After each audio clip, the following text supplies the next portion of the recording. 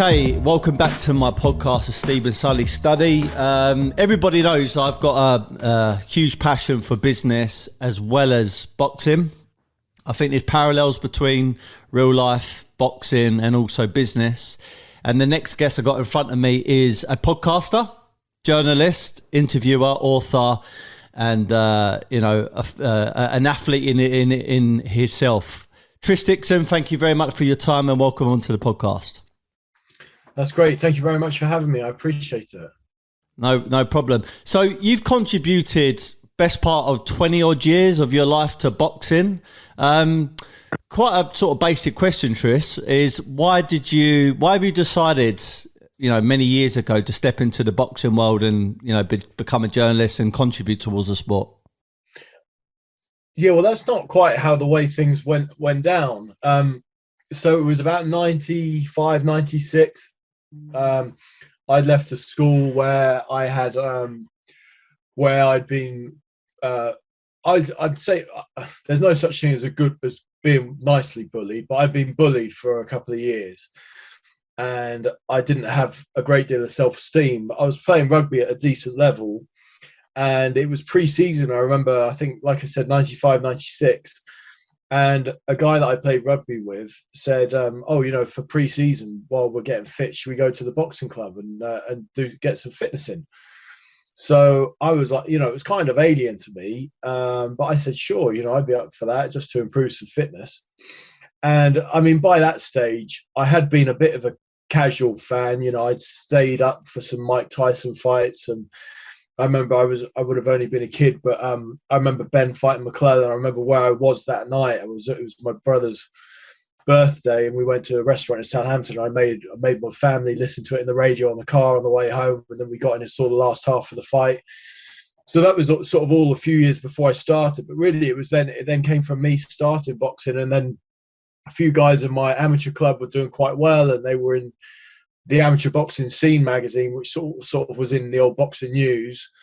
And I'd sort of then start buying the Boxing News to see my friends in the magazine and stuff. And then, you start to read a bit more of it and learn a bit more about it. And it was a good time with people like Carl Thompson, Chris Eubank, Joe Calzaghe coming through.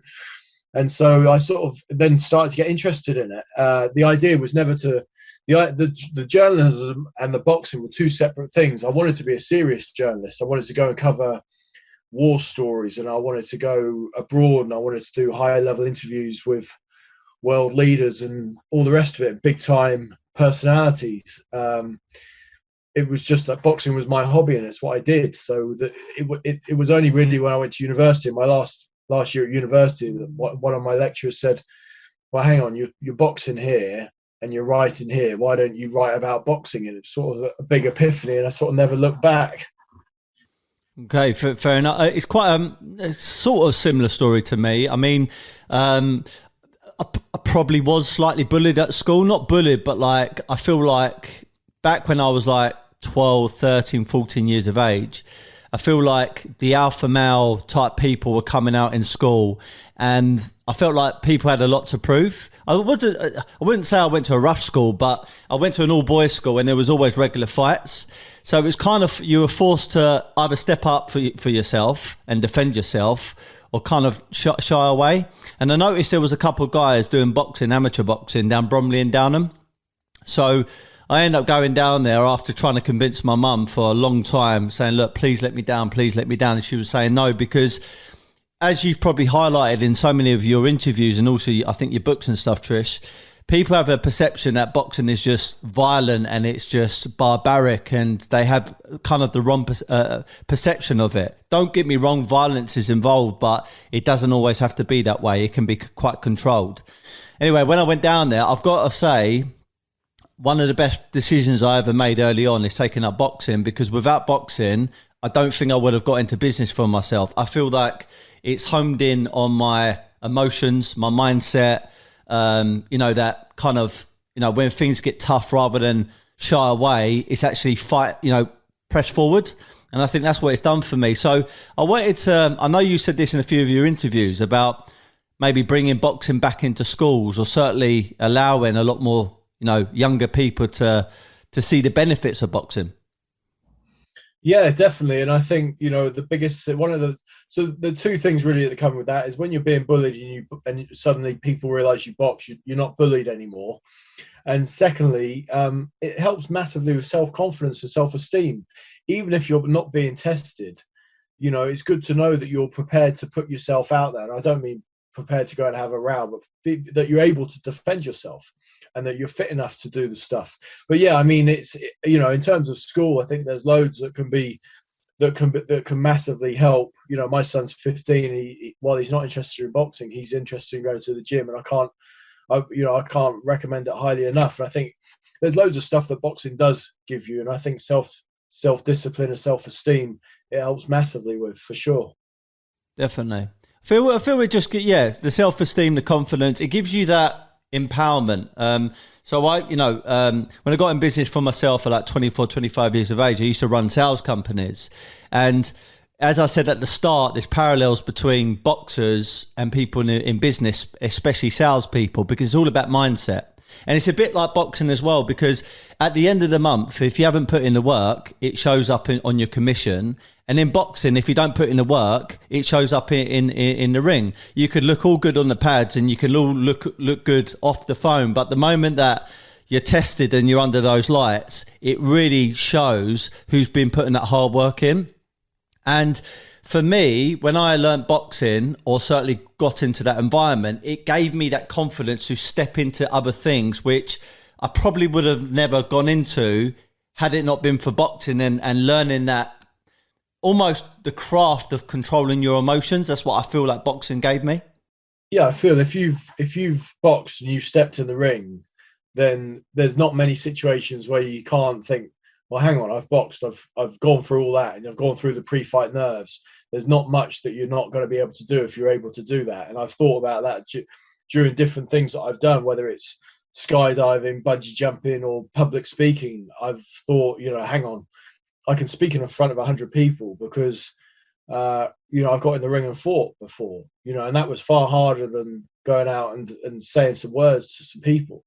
So yeah, I think it gives you that element of that you can face a lot of adversity and you can face different obstacles, because if you're prepared to put yourself out there and box, then you can confront a lot of stuff in life. Yeah.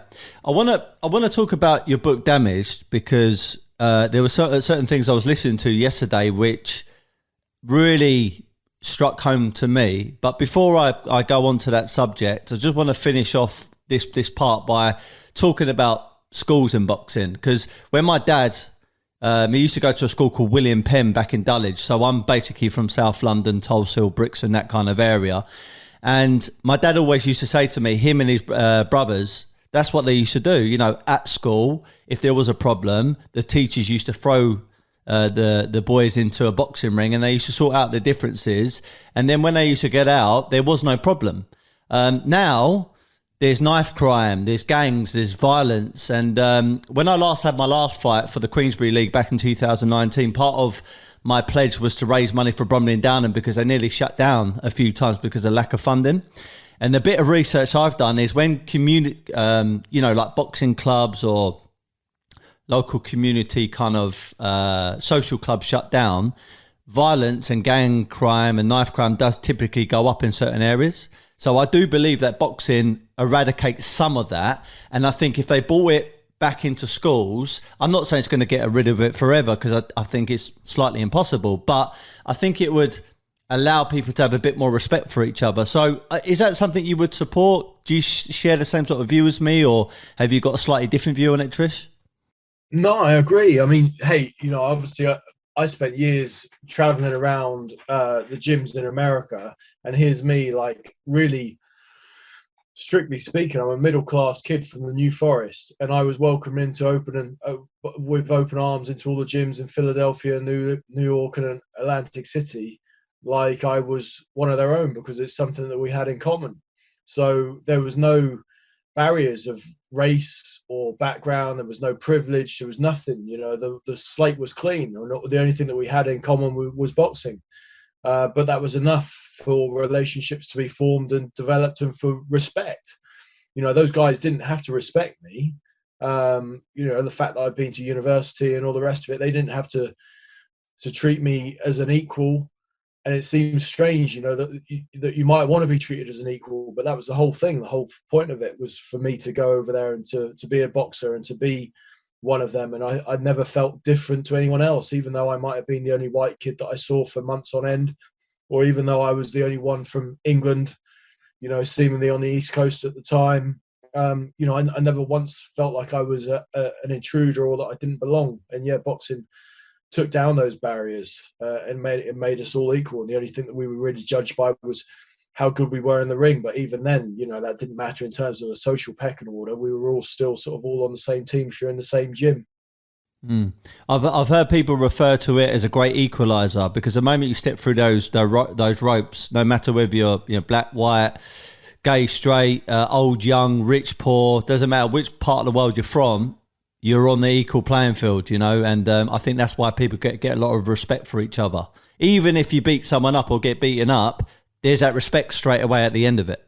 Yeah, but even so, there were some gyms where I never sparred, and I would still go in there like on a daily basis and train. And you know, by the end, you know, after a few days, few weeks, you know, you go from a head nod to a hello to a, you know, what time are you in tomorrow, to what did you do this weekend, to, you know, oh, you know, where are you from, and all the rest of it. It just builds and builds and builds. Just, you know, that sort of camaraderie from being around the gym with them.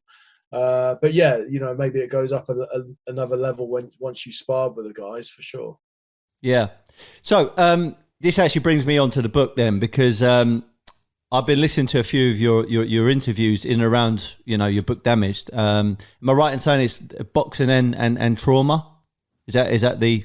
Yeah. Well, the whole thing is about chronic brain injury. So it's not about the acute the acute damage that's sustained on fight night. So a lot of people, when they talk about damage in boxing, they're instantly thinking of Michael Watson, Gerald McClellan, or Benny Kid Paret, and all the tragedies we've had over the years. But what damage does is looks at CTE, which is chronic traumatic encephalopathy, and it looks at the long-term damage. So when the brain is damaged through boxing, it doesn't necessarily show itself straight away. It can be 15, 20, 30 years down the line when the toxic protein in the brain, tau, starts closing stuff down. And so that's what it's about. It's about the chronic illnesses related to it. And so the links with Alzheimer's, dementia, and Parkinson's and so forth as well. Yeah, I mean, I know you spoke about this plenty of times on interviews, but Muhammad Ali obviously having Parkinson's. I know they didn't actually diagnose it as CTE, but that for me when I was younger was a bit of realization that you can really suffer long-term damage from boxing. But I think the thing that really sort of frightened me a bit, Trish, even though I'm not a pro and I don't ever want to become pro, is when I watched that film which Will Smith played, the doctor in Concussion. I know it's not boxing, it's NFL, but principally, you know, you're getting, you know, licks to the head, and, you know, you're taking some serious blows. And then I started thinking about boxing, and then in your book you were talking about the sparring. You know, I think one of the fighters you said, is it Mickey Ward? He said that 90% of his damage came from his sparring, not actually the fights. And my favourite part of training every single week is the sparring. I typically spar down boxing booth Friday mornings with some of the Queensberry boxers. And then on a Sunday, it's the pros, it's the amateurs, it's the keep fitters. They all jump in together and you kind of spar. And even though that these people will go, you know, they try and, you know, only go as strong as they need to. They don't want to knock anyone out. Every so often you do get a bit of a blow to the head, Trish. And I sometimes come out of there and think, what long-term damage have I actually just suffered there by just getting a couple right hands? And you kind of don't want to even admit it. You kind of go home and think, no, I'll be all right. But then with your book, it really does highlight that if that keeps on happening over 5, 10, 15, 20 years, you can start suffering some major damage. Yeah, it's all miles in the bank, and no one knows how much is too much. You know, I've got my own concerns after, you know, boxing over a 10-year period of going to the club, you know, every Tuesday and Thursday, and then depending on the club, every Monday and Wednesday. And then obviously when I was in America for weeks on end. I mean, you know, I think, you know, it's tough. I think if you're not doing it, it's hard to say, isn't it? I can't say who's going to be okay and who's not. We don't have the answers, and there's lots of research currently being done about it. But it certainly seems to be people are coming out of the amateurs somewhat damaged now, because people are having such extensive amateur careers. And that's even before they've laced up the gloves as a pro. And obviously, Evander Holyfield's got a fight coming up. He's 59, and he boxed, I want to say 10 years as an amateur and then 30 years as a pro. Those guys, it's terrifying to think what his mileage is and how many times he's been hit around the head. And so I think it's probably, people like you and I who've maybe done it at a smaller end are probably, we've probably rolled the dice, and what will be. But the ones that seem to be most at risk, obviously, are the guys that are 20, 30-year veterans who've been doing it week in, week out all this time. We're talking about the unknown, but you can only imagine. Obviously, it's not great for you. The more damage you take, or the more hits you take, the worse it's going to be for you down the line, for sure. I've definitely seen, you used a very, very significant word to all this, which is the shift in culture. And when I was younger, when I was 14 years of age, boxing down Bromley and Downham, and bless it, he's still alive, a guy called Reg Foster, very old school guy, was a doorman, used to show me all these scars where people used to bite him on the door, and people used to pull out bats and crowbars and sometimes other weapons, and he used to have fights with them. And he was really old school, very, very tough man. Even at a ripe old age, he could still get into the boxing ring and put you through your paces. Back then, it was almost like get in there and have a fight, almost. But now, as time has gone on, even Bromley and Downham, they've become a lot more sort of professional, inverted commas. And since I've been training with Charlie Beat over the last few years, and he's kind of become right-hand man to Adam Booth, even I can see the way he's changed, the way like he treats sparring. And the macho, the alpha male type thing back in the day, even for me, was to get in there and try and hurt the person. But now it really is like practicing and maybe working off the back foot. And I just think, look, it's a bit rich for me to say this because, I've not contributed like you have to boxing, Trish, with your books and stuff and doing interviews, etc. But I definitely support what you say about changing the culture, and it doesn't have to be so macho. It's not about hurting each other. It's about learning and then leaving the real fight into the actual boxing fight or match. Yeah, hey, I was there too, and I can learn from my experiences. I was, when I was boxing, I used to work the doors as well, and I remember it was a boxer called Steve Blackford who was a very good boxer out of Cornwall. He used to have a rivalry with Scott Dan in the amateurs, and Blackie and I would work in.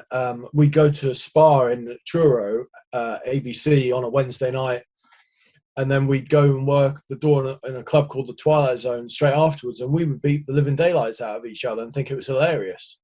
And we thought, it was quite big and quite clever, the fact that we'd, be going back to work the doors with black eyes and having battered each other and had a right tear up. And it was great, as part of the brotherhood of boxing. Obviously, I didn't know then what I know now, and I probably wouldn't have done what I did, or I probably wouldn't have celebrated the way that I did and thought, yeah, that was great, great work and all the rest of it. But that's, like I said, that's the culture. One thing I will say about the sparring and stuff, and I've said it in a few interviews, is some of the hardest sparring I've seen that I would least like to be involved with has been the body sparring at the Ingle gym, and where it is basically 100%, and that they go for you up there, and it's it's going to sound watered down to anyone who hasn't seen it. They'll be like, oh yeah, it's body sparring, you never get hit.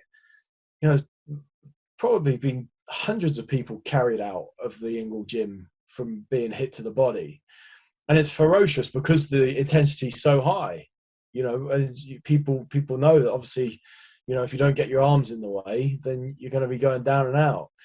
So is it as dangerous, though, Trish? What's that? Is it as dangerous? Obviously, no, not at all. That's what I'm getting at. That's what they're doing. They're saving the head sparring for when it needs to come in. And they're putting it. they're putting the, for a bit of timing, a bit of distance, and a bit of space. They're just bringing in, they bring in the head sparring nearer the end of camp. So rather than do sort of 2-3 times a week hard for 10 weeks, that's not the way they work. I mean, I know you've mentioned the word, and I've said it, culture, shifting the culture, and things as it don't have to be so macho and so alpha male type. But I mean, really and truly, how to change the culture? Because it's obviously going to be, it's not something that's going to happen overnight. It's going to take probably decades. Yeah, I think so. In terms of, so one of the ways one of the top neurologists explained it to me, and as a guy who is relatively physically fit and wants to try and always maximize his ability performance-wise, one of the top neurologists, a guy in Las Vegas called Dr. Charles Burnick, said to me, you should say, the way that you would explain it, say, is if you've got a head injury or you've got a concussion and and you're not feeling great, then you shouldn't train, because you're not going to be able to achieve your maximum potential. So if you say to someone, you shouldn't box because you got a concussion, because you're hurt, then instantly people are going to dig their heels and say, oh no, I'm not, it's boxing, what do you expect?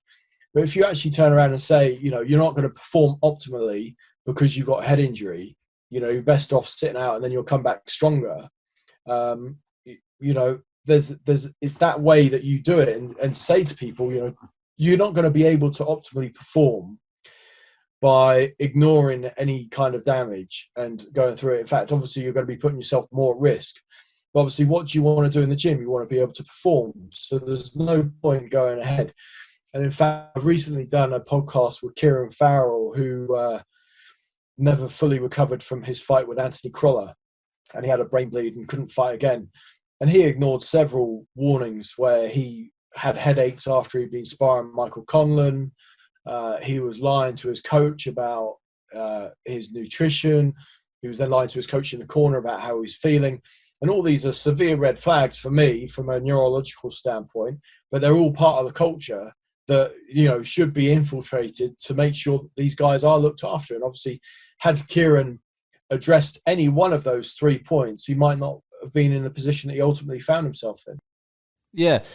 What I love about what you're saying there, because even Charlie Beat, going back to him and obviously the culture down boxing Booth. I've never trained with Adam Booth directly, but I can only imagine they're going to be on the same page.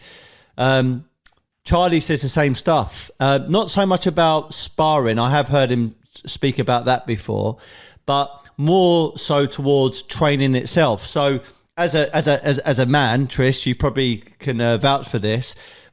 I'm 35 years of age, and as I've grown, starting to get a bit more mature, rather than I've got to train every single day and I've got to absolutely beast my body and I've got to do this beast mode stuff and I've got to be a hero. In actual fact, he says to me, no, you need to, some days you need to train twice a day. So it'd be high intensity, and then maybe train twice a day and then have more days off in the week. So rather than train every single day and burn yourself out, which I used to do every single week and found myself so low in energy and I just couldn't even keep my eyes open at work. Now I'm taking more time off, but I'm doing more training in the week, if that makes sense, because I'm, doing once in the morning, once of an evening. And it's the same sort of principle with kind of sparring. Don't go in there just to go in there and have a fight. Go in there and actually apply certain things. And if you don't feel totally up for it, don't go in there and just try and do it to be a hero. Come away, reset yourself, get your energy back, get your head back in the game, and then go back out in there with the mindset of you're going to be the best version of yourself. Yeah, it's very hard, because obviously when you look at trying to change the culture in boxing, or speaking about trying to change the culture, you're looking at a very old-fashioned sport. So instantly, as soon as you start trying to talk about changing the culture of the sport, people start to have heart attacks, which it doesn't need to be. But, you sort of alluded to different things there. We know so much more about performance now than we have ever done. And there's no reason not to use the stuff that's at our disposal. So you talk about training there and optimal training. These guys, boxers, are going to need some recovery days. and they are going to need some days where they get some slack, and then they're going to need some hard days where they're going to have to train their nuts off for hours and hours. It's about balance, and obviously monitoring how those fighters work. And I know Shane McGuigan and his guys use these fitness trackers that I use, Whoop, and you can monitor your recovery, you can monitor your sleep and general health and well-being with it as well. So those, things like that you can follow and literally listen to your body. And I follow it routinely, and I know, if I've had enough sleep and what I expect of myself that day, and if I'm in a green day as opposed to a red day, what I might be able to deliver, and if I need to take a day or take 2 days off.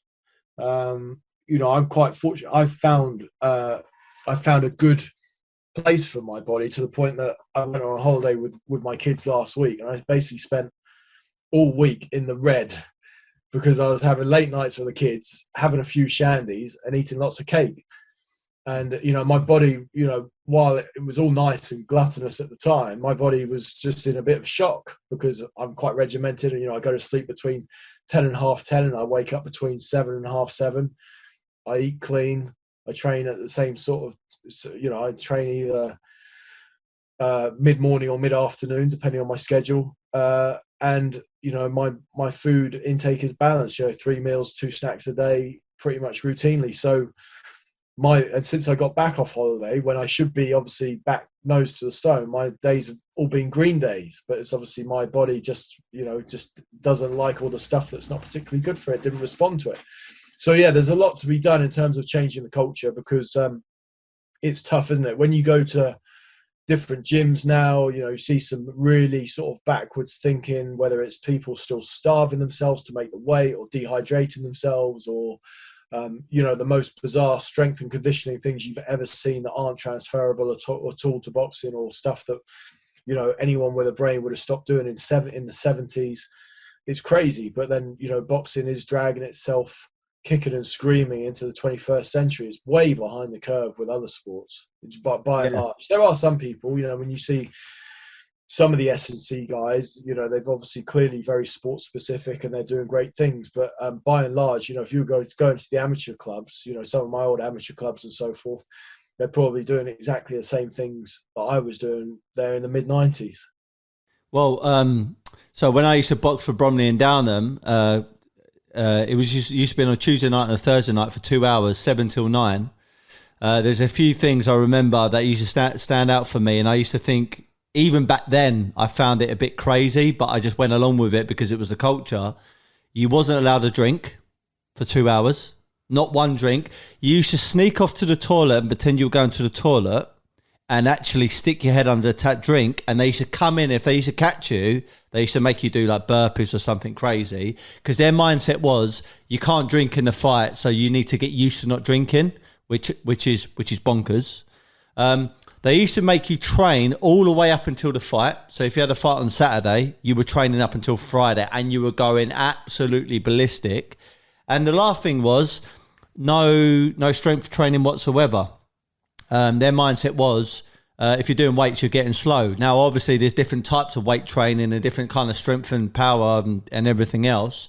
But they're the things that used to stand out for me. I used to think it quite bizarre. And then when I went into more of a professional environment, again, I'm not a professional, but I used to train around the professionals. And I used to sponsor Bradley Skeet down the iBox gym, and also Sam Webb. And I used to train down there with Al Smith. And then obviously with Charlie Beat over a boxing booth and stuff. And the culture's completely different. Drink loads of water. Do not train right up until you fight.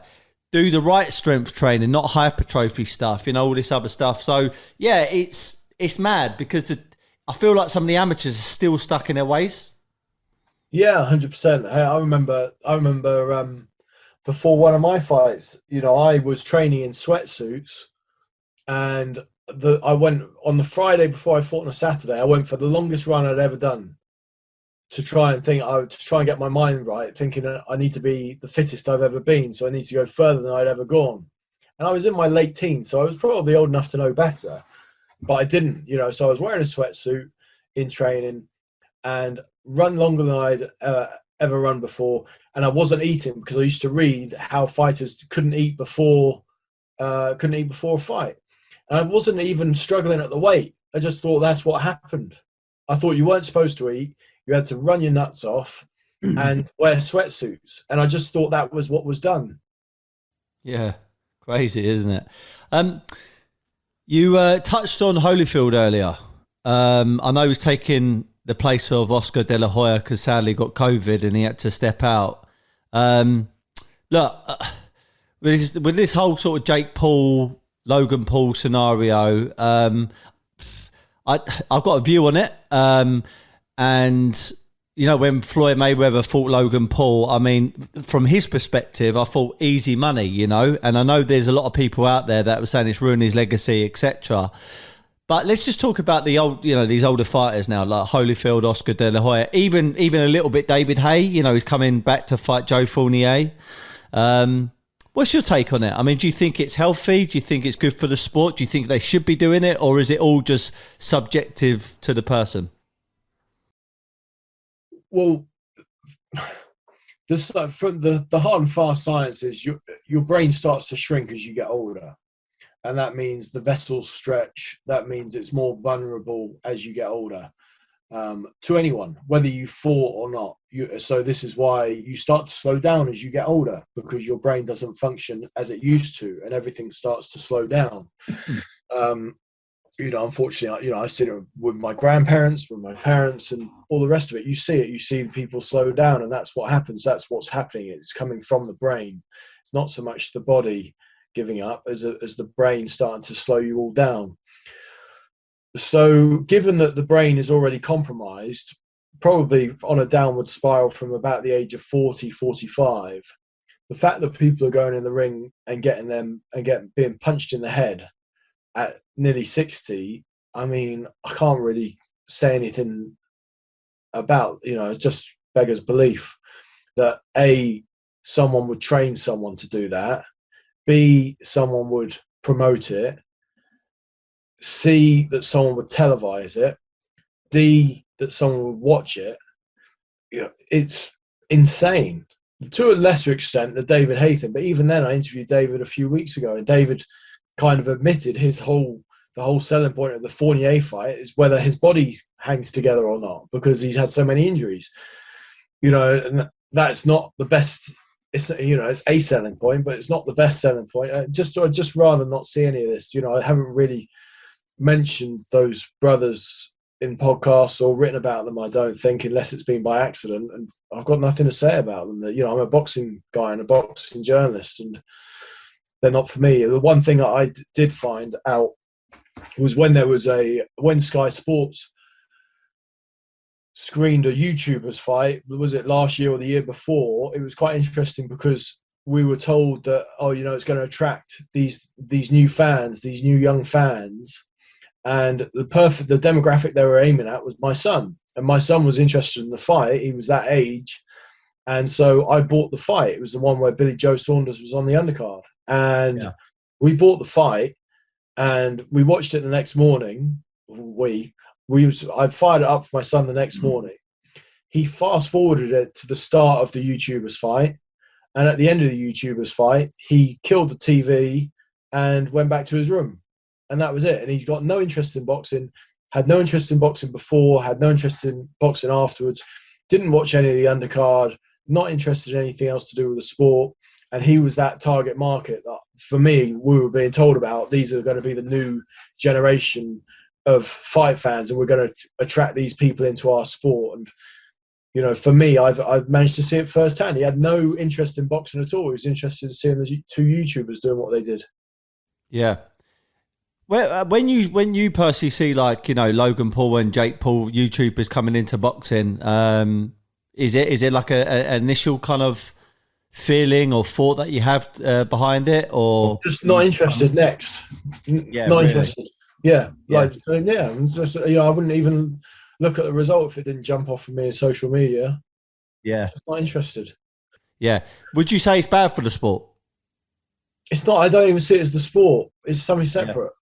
You know, it'd be like saying, you know, if they were going out and playing one-on-one basketball. Is it bad for basketball? Not really. You know, it's not proper basketball, is it? The same way it's not proper boxing. It's just, it is what it is. And hey, I know we talked earlier, it takes nuts and guts to step through the ropes. And so obviously credit where it's due for anyone who's done that. But in terms of watching fights, obviously I watch fights because it appeals to me because I'm watching them at a certain level. You know, I wouldn't necessarily go out of my way to buy a fight that has someone 0-2 against someone 1-2 or 2-0 or whatever. You know, and that's what in essence people are being charged for. So, you know, it's just not for me. As soon as I hear it, I'm just, you know, if I look through the diary to see what can I write about next week, and that's on the schedule, I just look down to the next thing and see, well, will I write about that one? Because it's not for me. Yeah, fair enough. The last thing I want to ask you on this point is more specifically, someone like Floyd Mayweather, yeah? Obviously 50-0. I think the first kind of this transition into this kind of hyped up YouTube crossover type boxing was with the Conor McGregor fight. And I've got to be honest, Trish, I did actually really enjoy it. Not so much the fight, but the whole lead up to it. I found that quite entertaining, you know, because they were quite at each other's throats, you know, with, you know, the trash talking, etc. And then obviously we knew how the fight was going to end. But now with Floyd Mayweather fighting someone like a Logan Paul, do you blame him if he's going to get 50, 60, 70, 80 million or whatever it may be? No, but for me, that's no different. Him fighting Logan Paul is no different to him going and doing what he did with the Big Show in WWE or going to do a film in Hollywood. It's just another extracurricular activity. I don't see it as a legit sporting fight. So, yeah, you know, it's just his way of making money, and more power to him to do what he's done. It doesn't make him 51-0 the same way if he lost it wouldn't make him 50-1. You know, it wasn't boxing. It's not what it was all about. Yeah, I mean, I can't say just see them as two very different, two separate things. I see sporting events, and then I suppose you call it exhibitions, you know, or entertainment or sports entertainment, I suppose, if you're going to go down the WWE route. Yeah. Okay, so with boxing, Tris, the landscape, I think in your own words, hasn't changed that much in comparison to other sports over the last 10, 20, 30 years or whatever. It's still kind of fairly the same. But one thing I've noticed is diet. Okay, certain training regimes and the science, you know, with like heart rate monitors and everything else. But I've seen diet change quite a lot in some respects. And I'll tell you why I say that. I've interviewed Harlan Eubank, Brian Jennings, and sadly, Seb Eubank, who passed away a little while ago, which was really, really sad to see. But these guys, they were athletes and great boxers, but all of them were plant-based. And 15 years ago, 20 years ago, I don't think that was really a thing. So with you being a journalist and being in and around boxing, and also being, you know, someone who keeps fit yourself and looks after yourself, you know, the plant-based stuff, how have you seen that kind of help or hinder certain athletes and boxers?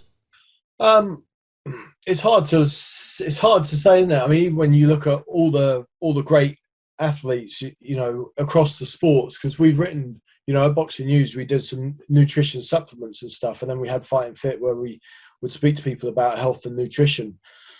And, you know, I remember Vasily Girov, the cruiserweight who fought James Toney back in about 2000.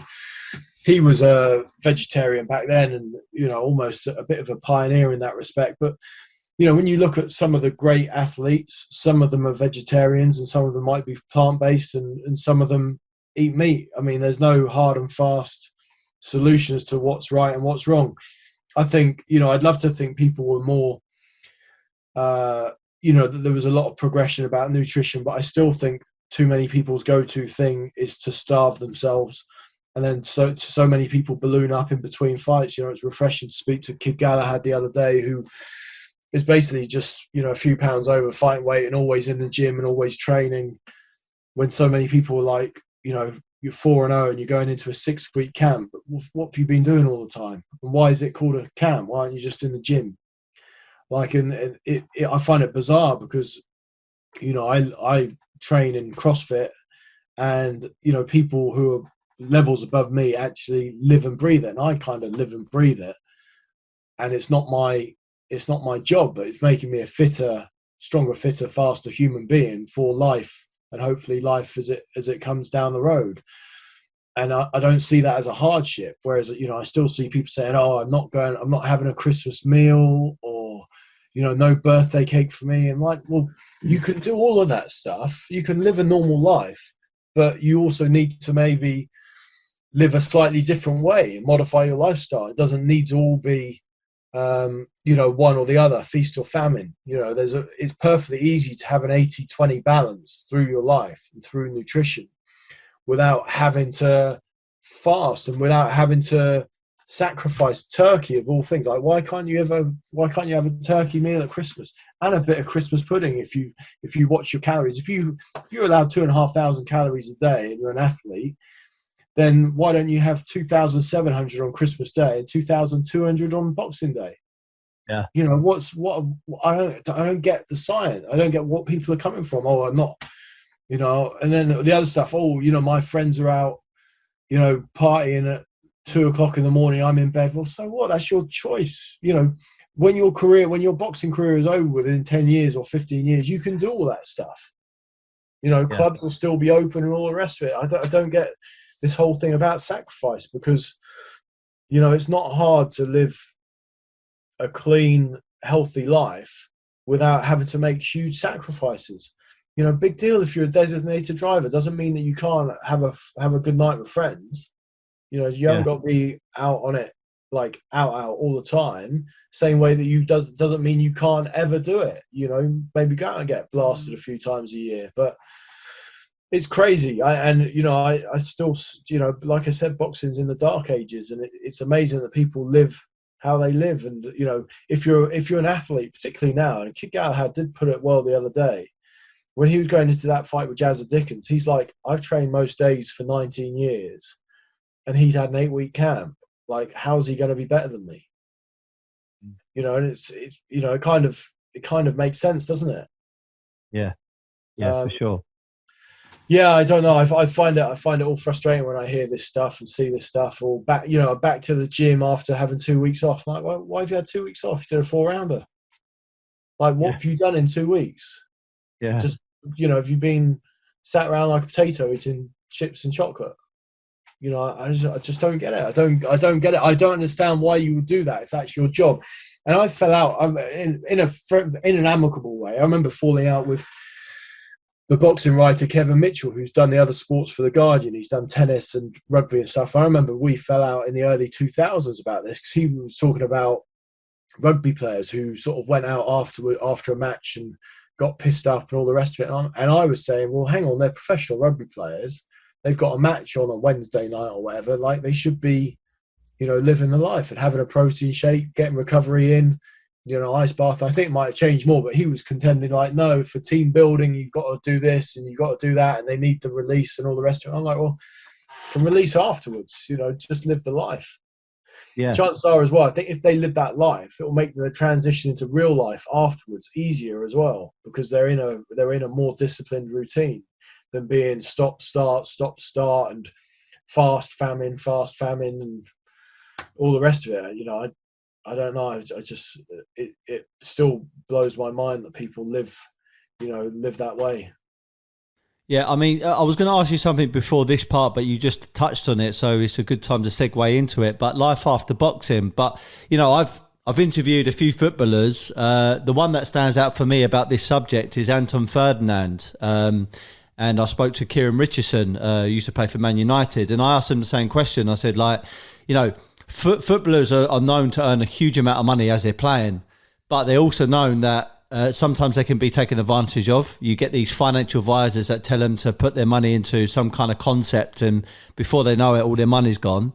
And then after football, because they don't know anything else but by football, they keep that lifestyle up and their money gets burnt away, and before they know it, they're turning to drink, drugs, etc. And I think boxers are definitely, can go down the same path.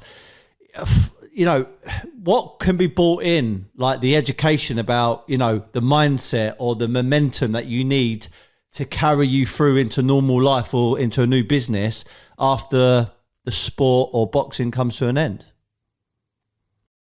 The education that, you're still going to be a young man or woman when you retire at 35, call it 35 for argument's sake, and you've got a life ahead of you, and you need to prepare for that. Because, I spoke to a guy who didn't win a world title, but he was right on the cusp a few times, relatively recently, in the last few years. And he had a couple of years left when we spoke. And I said, what are you going to do after boxing? And he's like, no plans. And I'm like, no, but like, what are you going to do like in your days? What are you going to do? He's like, well, the idea is to make enough money so that I can buy a house and retire. And like, do you know what percentage of people could probably do that in boxing? It's probably less than 2%, maybe less than 1%. Where you retire at 35, you can buy a house outright and not have to work again in any form. Like, how much are you going to need to live off? If you've got a couple of kids and you've got another 50 years ahead of you, you're going to need some serious money in the bank. And people seem to have this idyllic notion that, you hit the lottery, you get Mayweather type money and you retire and that's it. And, it just doesn't happen. That's not the way it is.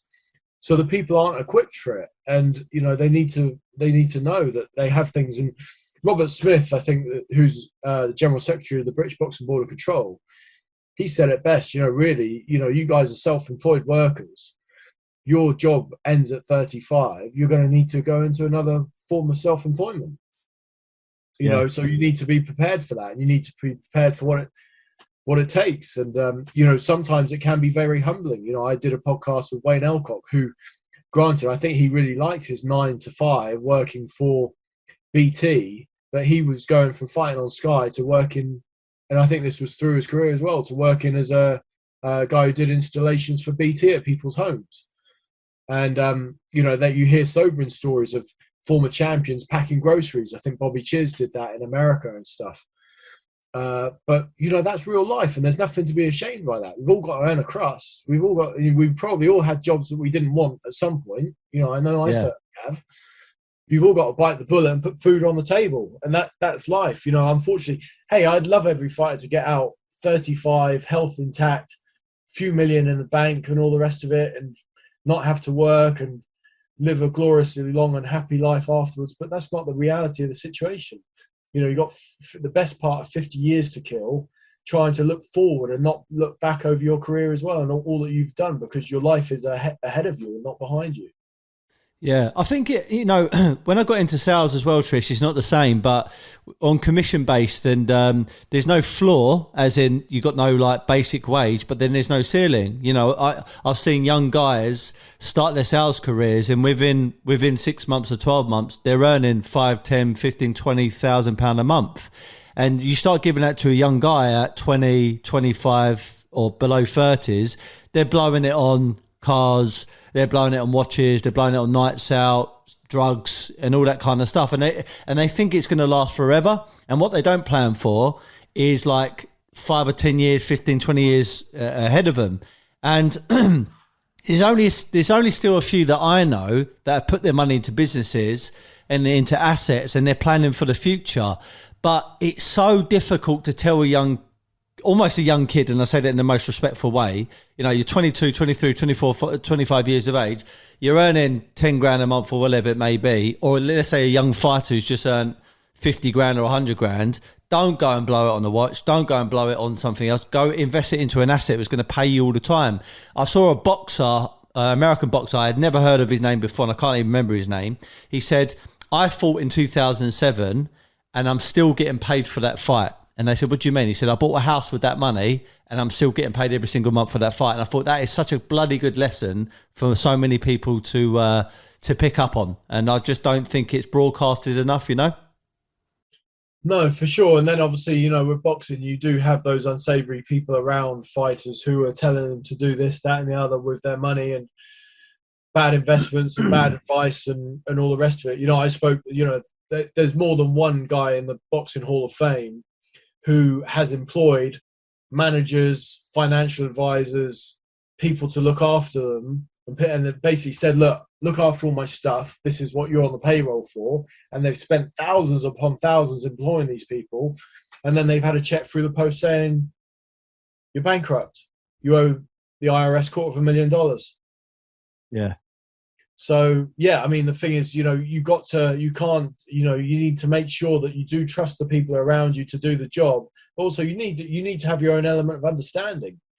And, there's only so much, when you're 21, 22, unfortunately, that's a time of life where people do learn harsh lessons and can learn harsh lessons, or they continue to make, or history starts to repeat itself. But yeah, it's tough. It's tough. There's no hard and fast solution for that, apart from trust the people around you, but also have a good idea of what's going on with your own financial situation. Have an eye forward, because in boxing, like I mentioned Kieran Fowler there. He goes into a big fight with Anthony Corolla, never earned another payday in boxing, from a fight again after that. There's no point planning for or saying I'm going to get this next time, I'll get this next time, because you're not promised it. Yeah, so true. Trish, you look, first time I've ever spoken to you, you come across like regimented, someone who's got their feet firmly on the ground, someone that is, very, very clear about, your future. On the note of like planning for the future, because I'm a big believer of setting goals and planning, and obviously being disciplined towards it and committing. What's the future for you then, mate? Because you're keeping yourself fit. You've obviously got Boxing Life Stories, which is your podcast. You've written a few books. I think you just got a book deal as well. Am I right in saying? Yeah, actually, one of those aforementioned guys who trusted all his fortune to advisors was a friend of mine, Matthew Saad Mohammed. And I'm writing his life story. So Matthew and I were good friends back in the early 2000s. He passed away in 2014. We agreed that I would write his life story before, long before he died. Back in 2001, actually, we signed a contract for a literary agent. But he was no longer the name that he once was, and I hadn't really started out on my career properly by then, so we couldn't get a deal. But I still kept the contract, and for me, it was like a promise to him to do the book. And so I've got a publisher to do that book, which will be next year. Plow on with Boxing Life Stories. We just hit episode 150 with Ricky Hatton. It was a real landmark, because that means I've basically put out an episode every week for 3 years. So I'm taking some time off this month to actually assess the future a little bit. And I've been running quite hard and fast. We mentioned obviously the book Damage that came out earlier this summer, and then there was a lot of press and publicity that went into that. And then obviously I write for Ring Magazine, Boxing Scene, and Boxing News. Been doing the podcast, so I've just taken this month really to step off the treadmill a little bit, have a little bit of downtime, self-care, time with my dogs, a bit more time in the gym, and a bit less time on the road, and a bit more planning for the future, to see where we're going to go. But hey, I think my long-term goal is to be 90 years old, or like Jerry Eisenberg, 90 odd years old, and still writing. I don't ever plan on retiring or stopping working. And I do have a dream of, I live in a lovely spot in the New Forest that I love dearly, but I do have a dream of either having a holiday home, maybe somewhere in the Mediterranean or somewhere down in Cornwall, but somewhere with sea views where I can sit on a balcony with a laptop and write stuff about boxing and my experiences in boxing. That would be I can see that, whether that's when I'm 60, 70, 80, or in 3 years from now, I don't know, but that's the dream. To have that, to be outdoors, to be able to write, to be able to follow my passion, and to still be in boxing. Those are the goals. From a health perspective, I know we've touched upon that.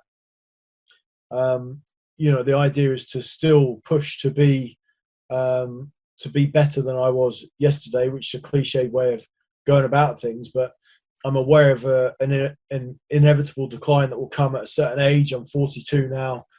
But I still see inspirational guys on like the main fields at CrossFit. When you see the CrossFit Games, and you see the 60-year-old guys there with rippling six packs and pecs that are popping out and stuff, and doing crazy things like, they're still able to do muscle ups and do sub 6 minute miles and all the rest of it. And, I long to be able to do all that stuff. You know, David Hay messaged me relatively recently when I put a deadlift video up, and he said, "Why are you doing that?" And I said, "Well, you know, if I can do that now, then maybe when I'm 60 and the kids are moving into their homes or whatever, then maybe I can help pick up and move some of their stuff for them that weighs quite a lot of, you know, that moves quite a lot of stuff." And it goes back to my own life, really. It's one of my last memories of my dad, who passed away in 2012, was he froze he had an armchair at his house, and he froze in the armchair, and I couldn't get him up, and he wasn't strong enough to squat up. He'd had Parkinson's and stuff. And obviously, you know, I kind of think if I'm able to squat 180, 200 kilos, then then 30 years from now, I might be able to just stand up on my own without anybody needing to help me and stuff. And certainly my kids not seeing it and stuff, which is quite a humbling experience. So the idea is for me to keep as fit and healthy as I can for as long as I can. Again, so I'm as useful for my kids as possible. You know, my son, who's 15, a little bit embarrassed by me now, but he still wants to play football in the back garden. And, you know, I'm fit and healthy enough to just about beat him in sports. And it's funny because it's at that age now. And again, it goes back to my own dad. I was beating him at sports when I was 8, 9 years old, and it was sad. It was quite a sobering thing. So I'm going to continue to kick my son's ass for as long as I can until he legitimately takes the mantle off me.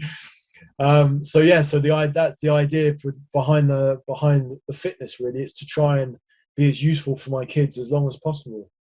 What would you say the secret is to sort of wellness, health, fitness preservation? Obviously being in the gym all the time, of course, but any other secrets, any other sort of tips that you got, Trish? I would say it's not being in the gym all the time and knowing when to switch off and knowing when to ease back. You know, that's a key thing. I mean, I've had different points of over the last sort of 10 or 12 years, I've had different points where things have taken me through different plateaus. One thing was getting a handle on my sleep. For the longest time when I was working at Boxing News, I would routinely get by on 4 hours sleep and think, yeah, I'm killing it. I only need 4 hours sleep. And in fact, I wasn't killing it. It was probably killing me. And there's all links to lack of sleep with Alzheimer's and dementia and Parkinson's down the line as well.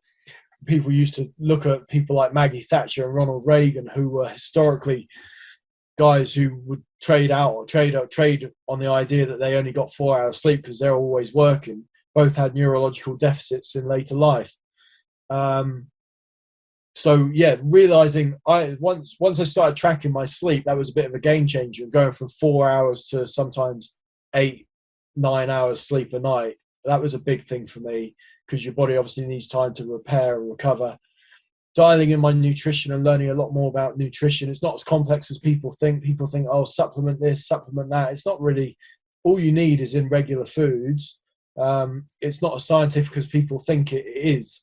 And I think this is where it gets me with the boxing side of the nutrition thing as well, is it's not rocket science, but people seem to think you either have crisps and chocolate or you're having nothing. And it's not that. There's loads of good stuff you can have that's good for you and healthy. So there's that side of things. And in terms of wellness, I mean, I have a very simple life. I think I want to say it's 5 or 6 go-to things that I need to have in my life every week. I need my children, I need my dogs, I need my training, I need my work, and my fiance. And I think if I can split my time evenly through a week or certainly a month, split myself that way into 5, then I'm ticking all the boxes I want to tick. Yeah, because obviously I want to spend time with my fiance. Kids obviously goes without saying. The dog walks that's been another game changer for me, because where I live, I probably wouldn't go out and just go for a walk for an hour, hour and a half every day just to be mindful. But it gives you that space and clarity that you need. And, you know, if people are talking about wellness, one of the first things people will say is switch off your devices and go out for an hour. Well, unless you've got a dog, you don't really have a reason to do that. But my dog's given me a reason to do that, to switch off, to get away from the noise, to switch off your social media, to switch off your work commitments and just go away for an hour and just chill out.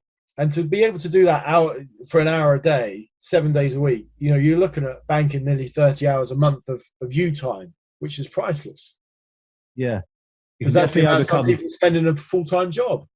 Yeah, I mean, I think going even when I went for a run last night, nothing too hard.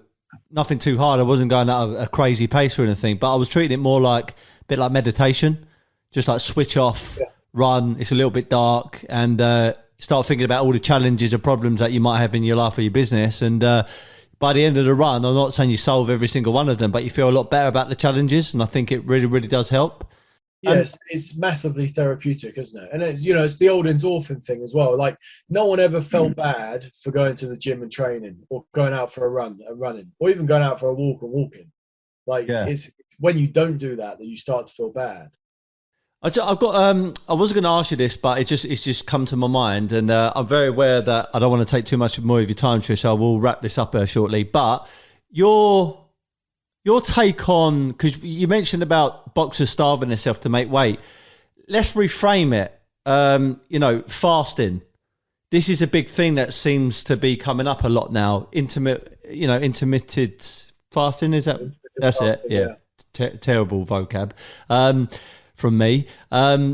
So doing that, or just doing water fasting or dry fasting, what's your take on it? Is it something you've practiced or something you looked into?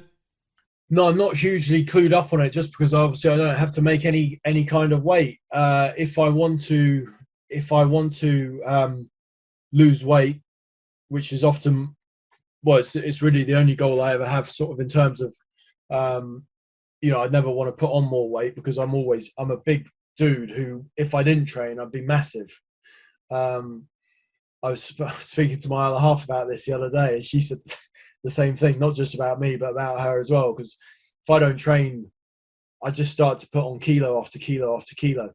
So the only thing I do is, obviously, I track my calorie intake, and I use my Fitness Pals, the app, and I track my macros, and I take my calories down from, on average, I have about 2,800 calories a day. And if I want to start losing some, I'll take it down to about 2,400 a day and track it that way. But for me, fasting is not for me, because life's too short and I enjoy food. Yeah. So I don't need to. I was looking for someone to help me with my nutrition at the start of the year, and I started to work with Tom at PH Nutrition, and I think we did about 3 or 4 months. It was great. Learned a load and helped me a lot, particularly with healthy snacks and go-to meals that were easy to prepare. And so I worked with Tom for about 3 months. But before I spoke to Tom, I spoke to another guy who was shredded and a similar age to me. And I was thinking, well, if he's like that, then maybe the way forward is how he does it. And he told me about how he fasts and then does fasted cardio in the morning and stuff. And it's just not for me. It's clearly, he looks $1 million. And in fact, he's been on the cover of Men's Health in the past. And fair play to him. But like I said, life's too short, and I want to be enjoying life. And this is where I come from in terms of boxing and balance and stuff. I don't live like a monk. If a friend goes out and says, "Oh, you should go out and have a couple of drinks," I'll go out and have a couple of drinks. I don't do it every night. I don't do it every month. But I'll still go out and socialize. Same way, there's a new bakery that just opened today. I just posted pictures on social media. Go on and support a local bakery by buying 3 brownies. Life's too short. Do you know what I mean? I'm sure I'll have days this week where I might be in a calorie deficit. So I'll just live a little. It's life, and it's about balance. And so the fasting stuff is not for me, but I can see why people have done it, and I can see people getting results through it. Yeah. Trish, okay, my audience, a lot of them are either people in boxing or, certainly follow boxing. So a lot of people are going to know who you are. But where can they find you? Books, podcasts, etc.? Yeah, so the most recent book is called Damage, and you can get it from Amazon and from Hamilcar, the publishers, directly. And I'm at Trish Dixon on Instagram and on Twitter. Good stuff. One more question, Trish. So when I started in sales and started running a sales team, I come up with a bit of a mantra, which I try and stick by even today. I'm not perfect at it, but I do my very, very best. And here's how it goes. Be happy, never content. Be happy, never content. Now, I've got my own version of what that means. But if I were to ask Trish Dixon, what does be happy, never content mean to you? The complete opposite of what I strive for. It's funny, you should check out my podcast with Leon McKenzie, the last 5 minutes. We had this very conversation about happiness and contentment. And it's ironic that you say that, because I think happiness is contentment. Because happiness is a one-off emotion that you get by having something or getting something. The same way, why would you if you wanted to be happy, why stop there? Why wouldn't you want to be ecstatic all the time? Why would you just settle for happiness? I don't think happiness is a realistic goal, and I think that's where too many people fall apart, and too many people strive for happiness because it's not realistic. Real life sucks badly a lot of the time. You can't walk around and be happy 100% of the time. And if you think that you're going to be able to walk around and be happy 100% of the time, there's a good chance you're probably going to end up feeling quite shit about it, because you're not going to be able to get that. If you can get that contentment and peace with understanding you can't be happy all the time, but you're still okay with doing what you're doing and having moments of happiness that you can share with your loved ones, share with your dogs, where you can, achieve what you want in the gym, and where you can eat the food that you want to eat and all the rest of it. If you're okay with that, then contentment is the key. But the happiness thing, I think it's a unicorn. The same way, like I said, why would you settle for happiness if you're not, and if you're just happy all the time, then you're going to be chasing being ecstatic. You're going to want the next one. You're going to want the next thing that makes you happy, the next thing that makes you happy. If you can just be, then I think that's the key. And so I think contentment is the key rather than happiness. I think if you can find contentment and peace, then that will lead to a form of happiness without chasing something that I don't think is attainable. Yeah, I love your answer, Trish, because it is kind of different to a lot of my guests. But just for the benefit of why I say it, is I realise that life is, you can't be happy all the time. Being a human being is going to be the downs and there's going to be the ups. But my perception of happiness is, even in your darkest days, even in a recession, even when things are getting really tough, you can find a silver lining, and that is the small version of happiness that you can latch onto. And the reason why I say don't be content, I mean, yeah, look, recognize your successes and your accolades, but at the same time, push beyond it, because just like you, Trish, want to better yourself every single day. I think everyone can do that, and sometimes they fall into contentment, which is a comfort zone, and then they just don't grow. That's my interpretation of my own saying. Yeah, I think there's an understanding of contentment. And I mean, I must say I've had dark days where there's been no silver lining, and you can't see the end of the tunnel, and you can't see that you're going to make it through the next 24 hours. So it's a tough one, because, there are people out there at their wits' end, and I've been there, where, there is no end in sight and there is no silver lining. And the only thing I say to that is you just got to stay in the fight, because, you're a lot more useful around than if you're not around. So yeah, it's a tough one. And I get what you're saying. I mean, some people, I think there's a difference between being content and being aware of being content, and being content and being lazy. And I think obviously when you're content and lazy, that's probably when you start to form bad habits, and you're just, you're doing whatever you're doing, and you start to feed into negative habits, and maybe negativity in general. And I think, there's probably two different types of contentment, conscious and unconscious. And if you're consciously content, then that's a great thing. If you're unconsciously content, you could probably do a little bit more. Nice one, Trish. Listen, you've been a gent. You've been exactly how I thought you were going to be. You're an absolute superstar. Thank you very much for your time. I'm a fan of your work, and keep on doing what you're doing, because you're contributing massively. Thank you very much for having me. I really appreciate it. It's been good to speak to you. Nice one. This is going to be out in a few weeks' time. If you're enjoying the podcast episodes, subscribe, follow Trish Dixon as well, and be happy, never content. Nice one.